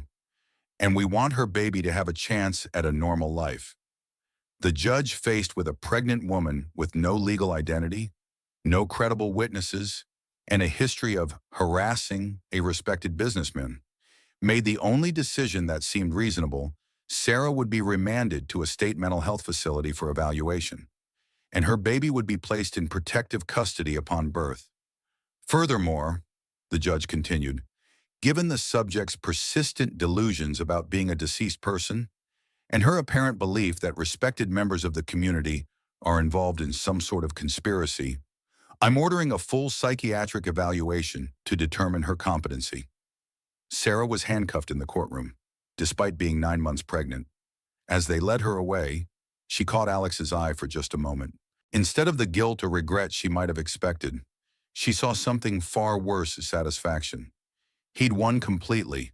That night, in a locked psychiatric ward, Sarah lay on a narrow bed and stared at the ceiling. Tomorrow they would induce labor. Her baby would be born and immediately taken away. She would be declared incompetent and held indefinitely in the mental health system. Alex and Lana would raise her child, probably never telling the truth about its real mother. As far as the world would know, Sarah Matthews had died in the Amazon rainforest, and her husband had moved on with his life. For the third time since this nightmare began, Sarah contemplated ending it all. She was broken, powerless, and had lost literally everything that mattered to her. But then, in her darkest hour, Sarah felt her baby move one last time, a strong, insistent kick that seemed to say, "Don't give up." And suddenly, Sarah understood something she'd missed throughout this entire ordeal. She'd been fighting Alex and Lana on their terms, using their rules, playing their game, but there was another way to fight a way that didn't require evidence or credibility or legal standing.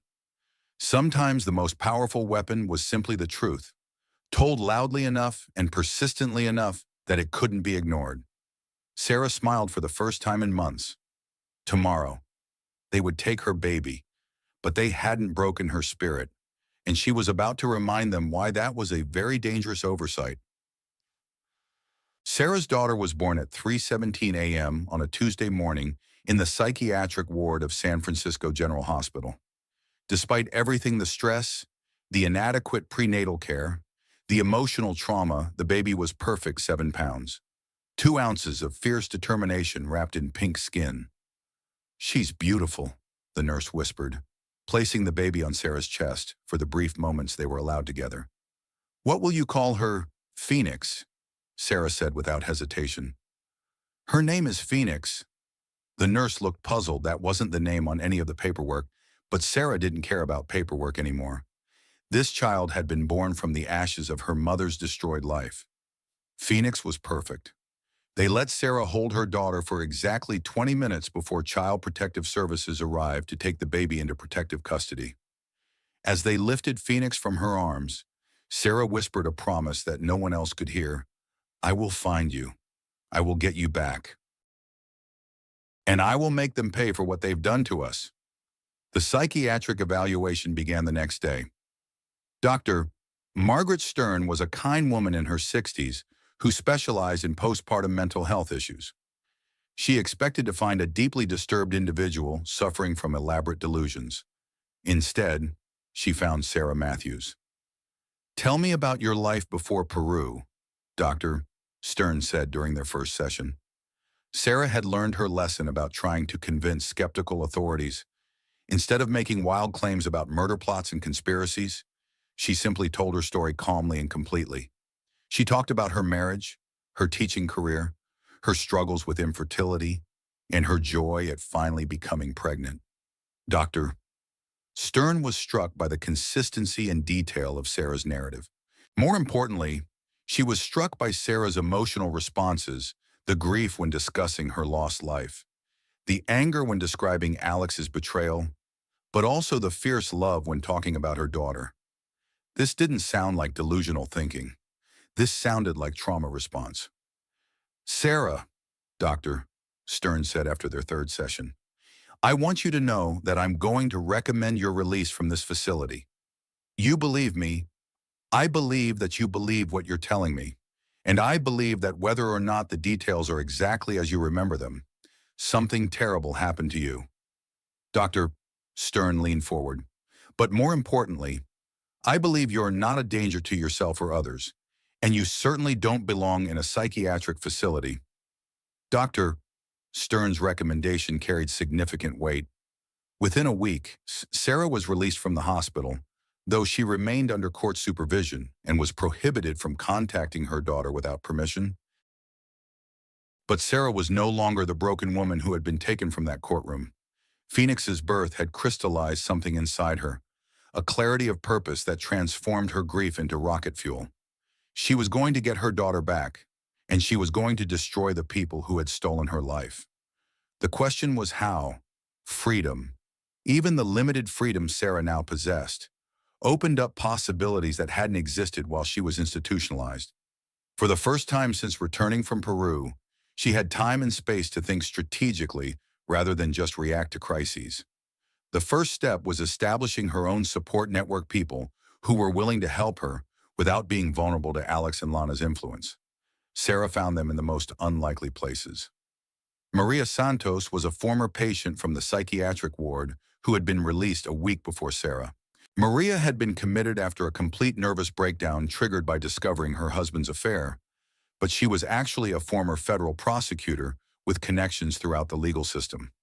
The system failed both of us, Maria said when Sarah approached her.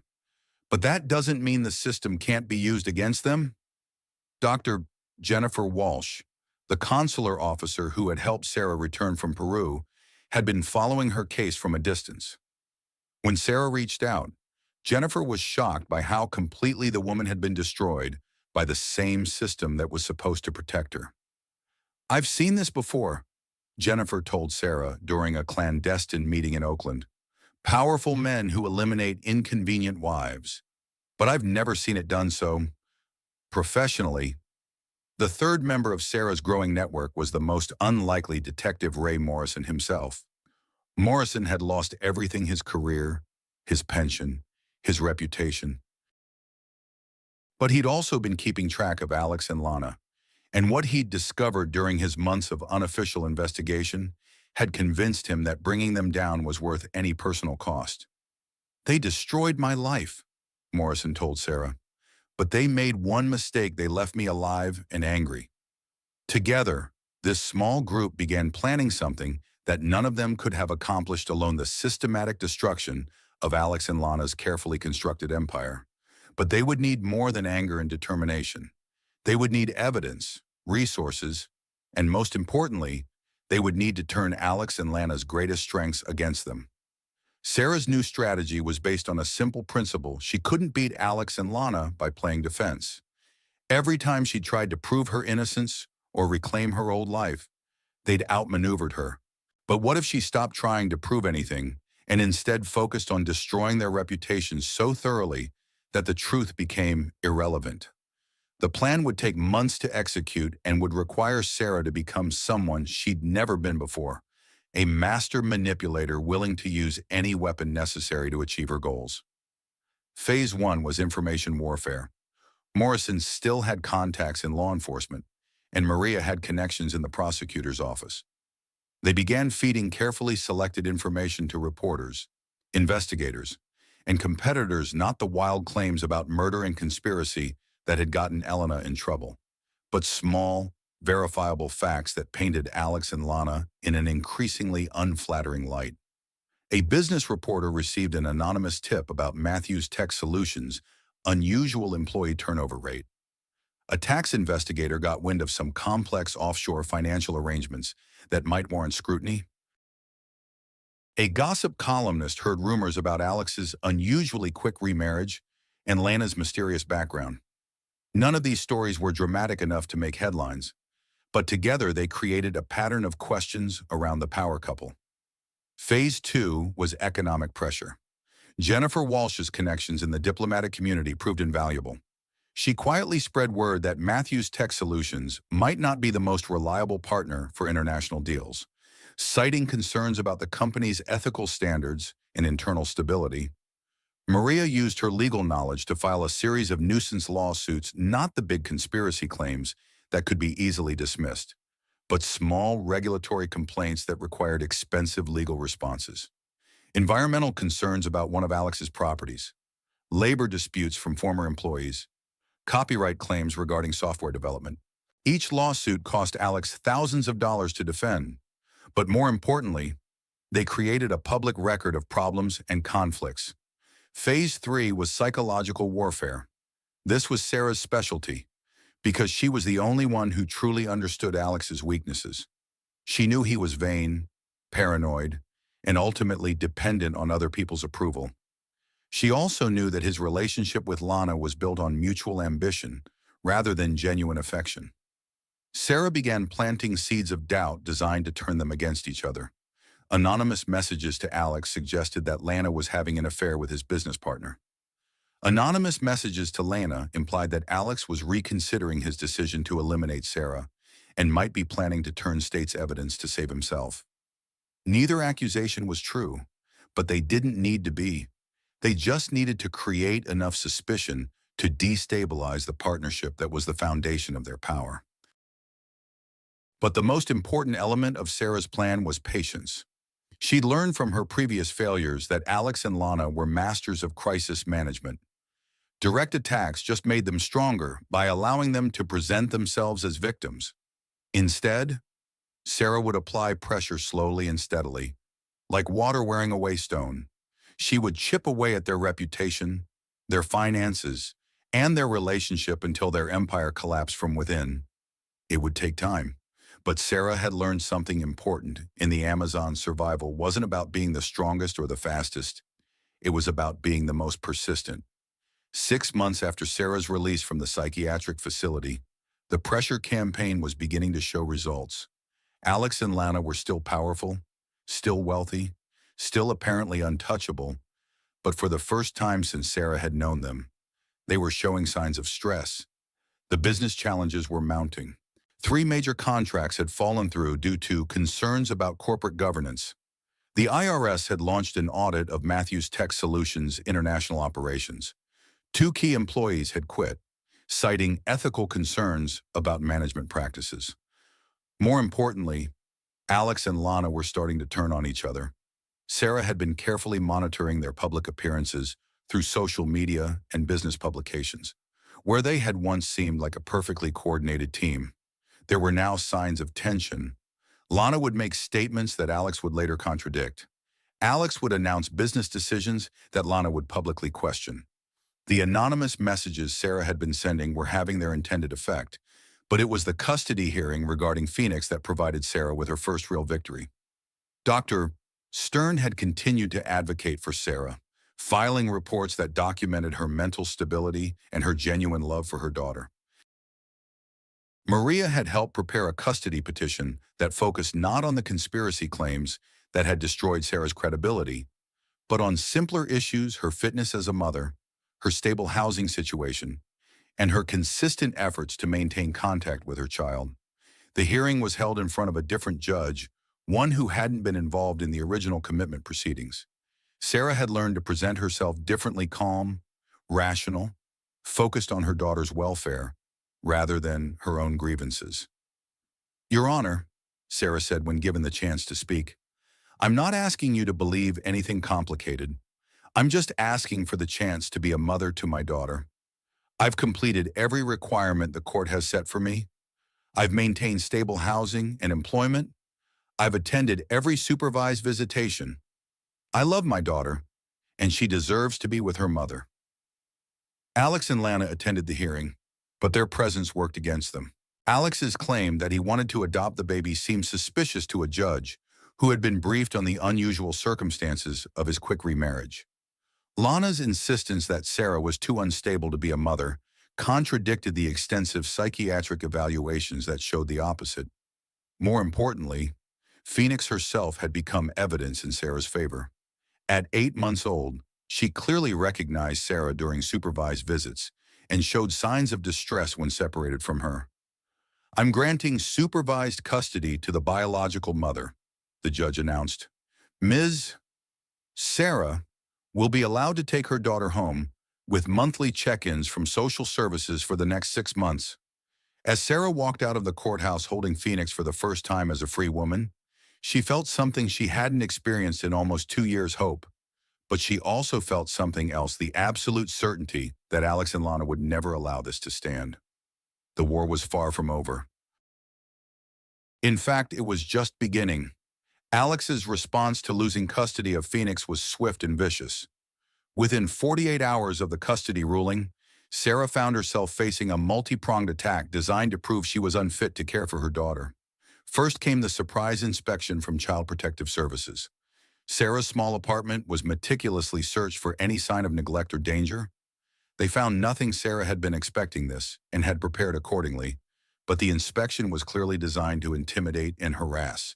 Next came the financial pressure.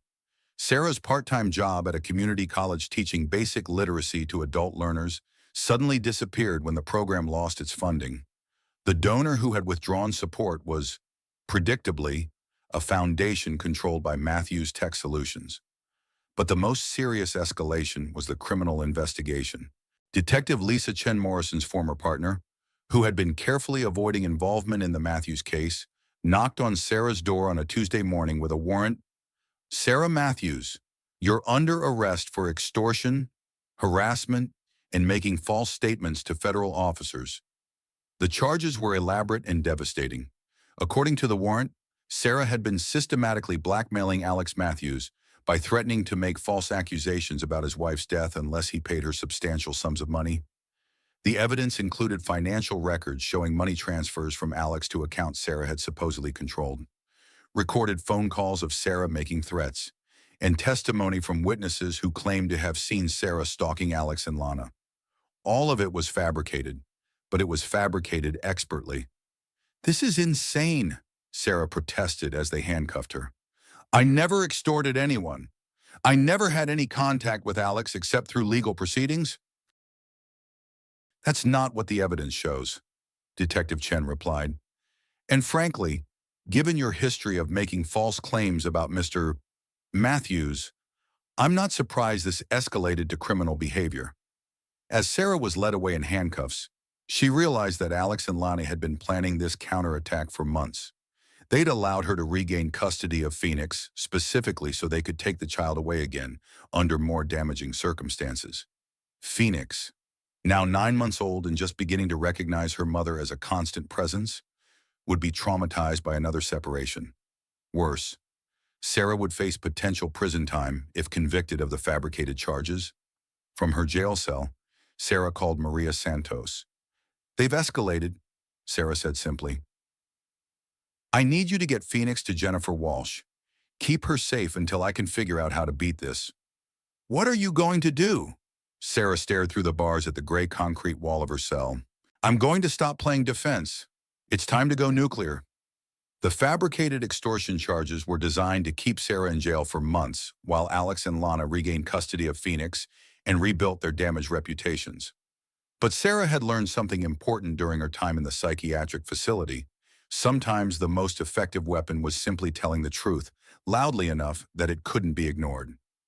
From her jail cell, Sarah began writing, not a legal document or a formal complaint, but a story. The complete, unedited account of everything that had happened to her, from the Amazon rainforest to the courthouse, where she'd been separated from her daughter. She wrote about Alex's betrayal, Lana's manipulation, and the systematic way they had destroyed everyone who tried to help her. But most importantly, she wrote about Phoenix, the daughter who had been born into this nightmare and deserved better than parents who had built their life on murder and fraud. Maria smuggled the story out of jail and delivered it to someone who could do something with it. Marcus Webb, a freelance journalist who specialized in viral social media campaigns and had no connection to traditional media outlets that Alex and Lana could influence. Marcus read Sarah's story with growing amazement. If even half of it was true, it was the most dramatic case of domestic violence and corporate corruption he'd ever encountered. But more importantly, it was exactly the kind of David versus Goliath narrative that could capture public attention in the age of social media. I can't verify most of these claims, Marcus told Maria, but I don't need to. I just need to tell the story and let people decide for themselves. Marcus posted Sarah's story on Medium with the headline, "My millionaire husband left me pregnant in the Amazon rainforest for his mistress. Here's how I survived and why they want me dead." The response was immediate and explosive. Within 24 hours, the story had been shared thousands of times. Within 48 hours, it had been picked up by major news outlets. Within a week, it had become a national sensation. The public response was overwhelming. Women's rights groups rallied to Sarah's defense. Domestic violence advocates used her story as an example of how the system failed victims. Legal experts questioned how someone could be prosecuted for extortion while being held on charges that seemed designed to silence her. More importantly, people began digging into Alex and Lana's background and finding the same patterns Sarah had been trying to expose for months. Amateur investigators uncovered the suspicious timing of their marriage, the convenient insurance policies, and the aggressive legal tactics they'd used against anyone who questioned their story. Alex and Lana's carefully constructed narrative began to crumble under public scrutiny, but they weren't finished fighting. Alex and Lana's response to the viral story was a masterclass in crisis management and character assassination. They hired the best public relations firm in the country and launched a coordinated campaign to discredit Sarah once and for all. Their strategy was simple: present themselves as the victims of a delusional stalker who had weaponized social media to destroy innocent people. Alex appeared on national television, tears streaming down his face as he talked about losing his pregnant wife in a tragic accident and then being tormented by a mentally ill woman who had become obsessed with their story. "This woman has destroyed my life," Alex said, his voice breaking. "She's made it impossible for me and my wife to grieve properly or move forward with our lives. We've tried to get her help. We've tried to be compassionate, but she just won't stop." Lana was even more effective. She played the role of the supportive second wife who had been trying to help her husband heal from trauma while being harassed by a disturbed individual. "We know this woman is sick," Lana said in her television interview. "We've tried to be understanding, but when she started making threats against our children, we had to draw the line." Their story was compelling and professionally presented. They had documentation, witnesses, and the support of respected community leaders who vouched for their character. But they'd made one crucial mistake: they'd underestimated the power of the internet and the determination of people who had been moved by Sarah's story. Amateur investigators began fact-checking every claim Alex and Lana made. Financial experts analyzed their business dealings and found irregularities that demanded explanation. Tech-savvy supporters started uncovering deleted social media posts, archived web pages, and digital evidence that contradicted the official narrative. Most damaging of all, someone tracked down the Peruvian guide who had been bribed to abandon Sarah in the jungle. Carlos Mendoza had been living with guilt for 2 years, and when American journalists appeared at his door with questions about what had really happened during that eco-lodge trip, he broke down and confessed everything. "The American man, he paid me much money to lose his wife in the jungle," Carlos told the reporters in broken English. "He say she very sick. Better if she die natural. I take money because my family very poor. But I feel very bad about pregnant woman." Carlos's testimony was the missing piece that made Sarah's story credible. Here was an eyewitness to the murder plot, someone with no connection to Sarah or reason to lie on her behalf. The revelation destroyed Alex and Lana's credibility overnight. Within days, prosecutors dropped the extortion charges against Sarah and opened a criminal investigation into Alex and Lana's activities. The FBI began examining their financial records for evidence of insurance fraud and international money laundering. But the most satisfying blow came from an unexpected source: their own relationship. The public scrutiny and criminal investigation put enormous pressure on Alex and Lana's marriage, which had always been built on mutual advantage rather than genuine affection. As their empire crumbled around them, they began turning on each other with the viciousness of cornered animals. Lana was the first to break. Faced with potential federal charges and the collapse of her carefully constructed new identity, She made a deal with prosecutors. In exchange for reduced charges and witness protection, she would testify against Alex and reveal the full scope of their criminal conspiracy. Her testimony was devastating. Lana revealed that the plan to eliminate Sarah had been her idea from the beginning. She'd identified Alex as a target, a wealthy, insecure man with a wife who stood between him and the lifestyle he thought he deserved. She'd seduced him, convinced him that Sarah was holding him back, and then provided the expertise to make his wife disappear permanently. Alex was too emotional, too guilty, Lana testified. He actually cared about Sarah on some level, which made him weak. I had to manage every aspect of the plan because he kept having second thoughts. She also revealed the systematic campaign they'd waged against Sarah after her return, the bribery of officials, the manipulation of evidence, the deliberate destruction of anyone who tried to help her. Sarah Matthews was supposed to die in that jungle, Lana said coldly. When she survived, she became a problem that needed to be solved. Everything we did after that was damage control. Alex's lawyers tried to argue that he'd been manipulated by a master criminal, that he was as much a victim as Sarah, but the evidence painted a picture of willing participation in attempted murder and conspiracy. The trial lasted 3 months and became a media sensation. Sarah testified about her ordeal in the Amazon, her struggles to reclaim her identity, and the systematic way Alex and Lana had destroyed her life and stolen her daughter. When the verdict came in guilty on all major charges for both defendants, Sarah felt something she hadn't experienced in 3 years' justice. But the most important moment came after the trial, when she was finally able to take Phoenix home without supervision, without conditions, without fear. 2 years after the trial, Sarah's life had stabilized in ways she'd never thought possible. Alex had been sentenced to 25 years in federal prison for attempted murder, conspiracy, and fraud. Lana had received 15 years as part of her cooperation agreement, but would serve her time in witness protection due to death threats from some of Alex's business associates. Sarah had used the settlement from her lawsuit against Matthews Tech Solutions to establish a foundation helping women who had been victims of domestic violence and legal manipulation. The Phoenix Foundation had already helped dozens of women rebuild their lives after escaping abusive relationships. She'd also written a book about her experience, Left for Dead, A Mother's Fight for Justice, which had become a bestseller and provided financial security for her and Phoenix. Most importantly, Phoenix was thriving. At 4 years old, she was a bright, confident child who had no memory of the early trauma that had surrounded her birth. She called Sarah Mama and knew nothing about the man in prison who was technically her biological father. Sarah had even found love again. Dr. Michael Chen, a trauma therapist who had consulted on her case, had become first a friend, then a partner, and finally a stepfather to Phoenix. Their wedding had been a small, private ceremony attended by the tight-knit community of supporters who had helped Sarah through her darkest times. "Are you happy?" Michael asked one evening as they watched Phoenix play in their backyard garden.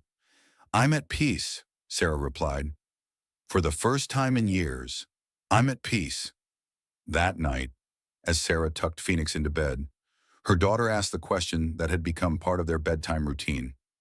"Tell me the story about the jungle, Mama." Sarah had crafted a child-appropriate version of her survival story, a tale of adventure and courage, that emphasized Phoenix's strength and resilience without traumatizing her with the darker details. "Once upon a time," Sarah began, "there was a brave mama who got lost in a magical forest. But she had something very special with her, the most precious treasure in the world." "Me!" Phoenix giggled. "You," Sarah confirmed, kissing her daughter's forehead.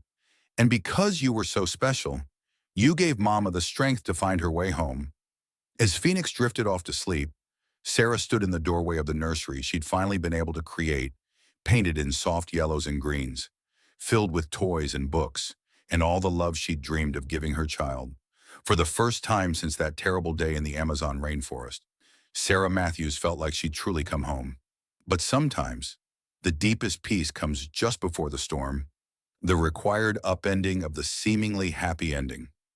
The call came on a Tuesday morning in October, exactly 5 years after Sarah's ordeal had begun. She was making breakfast for Phoenix, who was now starting kindergarten, when her phone rang with a number she didn't recognize. Mrs. Matthews. The voice was official, careful. This is Assistant Warden Patricia Rodriguez from Federal Correctional Institution, Mendota. I'm calling about your ex-husband, Alex Matthews. Sarah's hand tightened on the phone. Alex was supposed to be serving a 25-year sentence.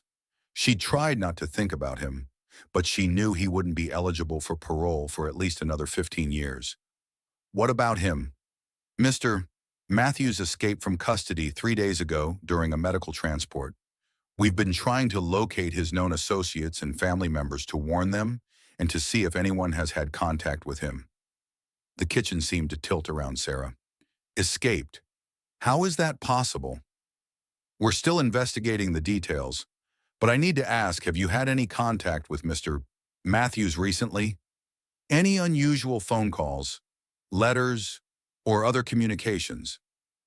No, nothing. Sarah's mind was racing. Do you have any idea where he might have gone? That's what we're trying to determine. Mrs.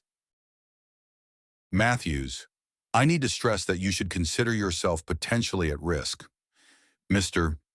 Matthews made several statements during his incarceration, suggesting that he held you responsible for the destruction of his life. After hanging up, Sarah immediately called Michael at his office and Detective Morrison, who had become a close family friend since the trial. Both men were at the house within an hour, along with federal agents who wanted to discuss security measures.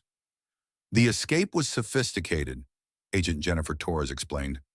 Matthews had help from the outside, probably people with significant resources and expertise. This wasn't an opportunistic break. It was planned. What they discovered over the next few hours was even more disturbing. Alex hadn't just escaped, he'd been planning his revenge for years, using connections he'd made in federal prison to arrange not just his freedom, but Sarah's destruction. Worse, Lana had been released from witness protection 6 months earlier after completing her reduced sentence. She disappeared immediately, violating the terms of her parole. We have to assume they're working together again, Agent Torres said. And this time, they have nothing to lose. That evening, as federal marshals set up security around their house and discussed relocating the family to a safe house, Sarah realized that her peaceful life had been an illusion. Alex had never intended to serve his full sentence. He'd spent 5 years in prison not paying for his crimes, but planning his ultimate revenge. What do we do? Michael asked as they packed emergency bags for Phoenix. Sarah looked at her daughter, who was confused and frightened by all the strange people in their house, and felt the familiar steel resolve that had carried her through the Amazon rainforest in the years of legal battles. We finish this, she said quietly, once and for all. As they drove away from the house that had represented their new beginning, Sarah noticed a car in her rearview mirror that had been following them for the last 3 miles. When she pointed it out to the federal agent driving their escort vehicle, the agent's face went grim. "We've got a tail," he said into his radio, moving to secondary location. But as they turned onto the highway, Sarah saw something that made her blood run cold. The car following them wasn't just one vehicle, it was 3, and in the passenger seat of the lead car, she caught a glimpse of a face she knew all too well. Lana Rodriguez was back, and she was smiling. "Mama," Phoenix said from her car seat, "why are we running away from our house?" Sarah reached back to hold her daughter's hand. "We're not running away, sweetheart. We're just taking a little adventure." But even as she spoke the reassuring words, Sarah knew that the war she thought she'd won was about to begin all over again. And this time, Alex and Lana would have nothing to restrain them, no reputation to protect, no business to maintain, no public image to consider. This time, it would be a fight to the death, as their car sped through the San Francisco night with 3 vehicles in pursuit. Sarah caught sight of Alex's face in one of the side mirrors.